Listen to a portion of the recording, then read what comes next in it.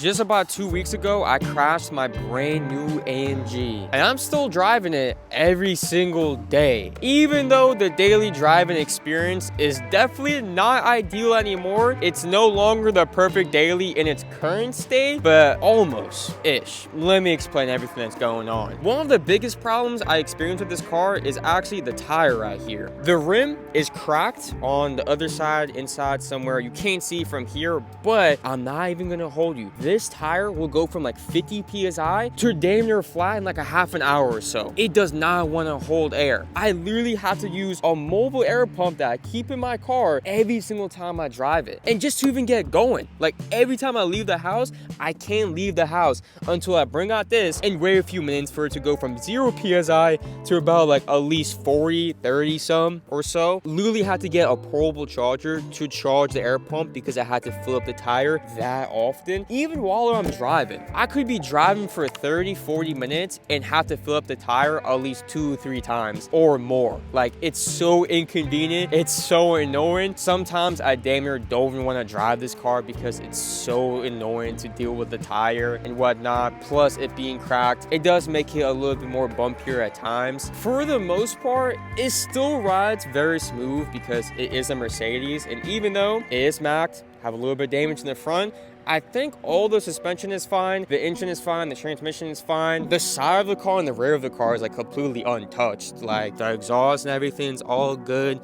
So from the rear, you can't even tell that I macked it. You have to get to the front to see, you know, what all went down. And yeah, the hood definitely does not close, and that's a little concerning for liquid and other things to get into my engine bay or even into my turbos, even worse. As you can see, a lot of force was put into this hood to bend it back, which also means there was a lot of force put onto my neck that caused the neck injury I'm suffering from now. Even after a couple weeks, yes, I have gotten a little bit better, alhamdulillah, but I'm still in pain. I'm still experiencing problems. It's definitely not over. Like, I still very much feel injured on a day-to-day basis because of this accident, and that's honestly one of like the biggest things I'm really upset about from this accident. I mean, yeah, the car is completely messed up. Like, this is gonna be about, I think the estimate with like new dealership parts was like $14,000 or something like that. It's gonna cost a lot to fix this. Like, each headlight is like $1,600. These multi-beam LED headlights, they're lovely, don't get me wrong. It literally lights up the entire road, very wide range, very bright, but very pricey as well. If you have a car like this, do not mess up your headlights. You do not want to have to get new ones. As you can see, the lens of the headlight is what initially took most of the impact, but liquid like rain and snow and other things have gone into the headlight and further damaged the actual, you know, bulbs and things that lights up. Most of this one is fully non-functional, like the turn signal doesn't work. Maybe 1 or 2 bulbs still light up on the headlight. Most of this one I think still works, as you could probably suspect, since the lens is not as bad. It is still pretty bad, don't get me wrong, but this one still functions for the most part. Like at night, I still have headlights. I can still see. Daily driving at night is not too much of a headache yet, especially because if you peep right there, we got no tint yet.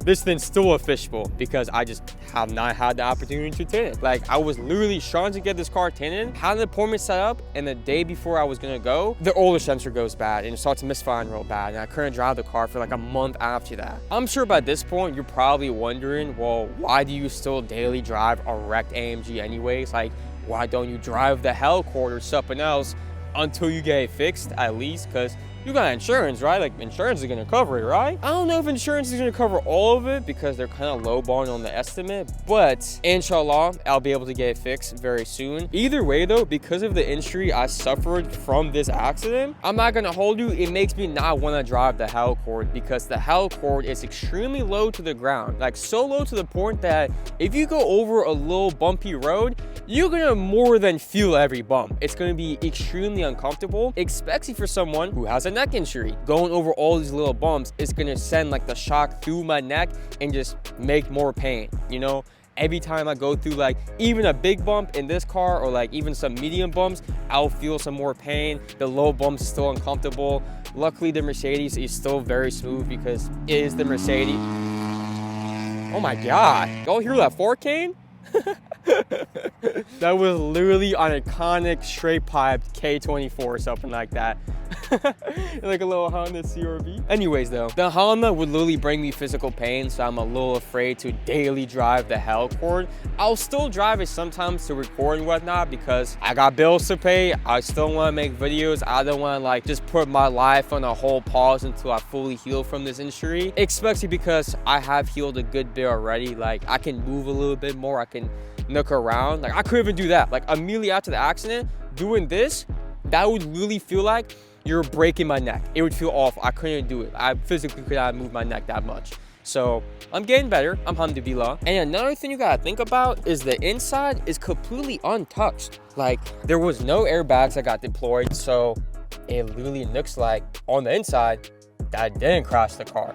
Unless you peep all the messages on the dash after your story, because it'll be like 6 different ones for the headline and whatnot, and the tire pressure and the washer fluid and all that good stuff. But I want to get my money's worth, you know? I don't want to just pay so much a month for this car and just let it sit, especially because I do genuinely enjoy this car. Like, it looks lovely on the inside. It's so comfortable. Definitely way more comfortable than riding in the Honda and being all bumpy all over the place and whatnot.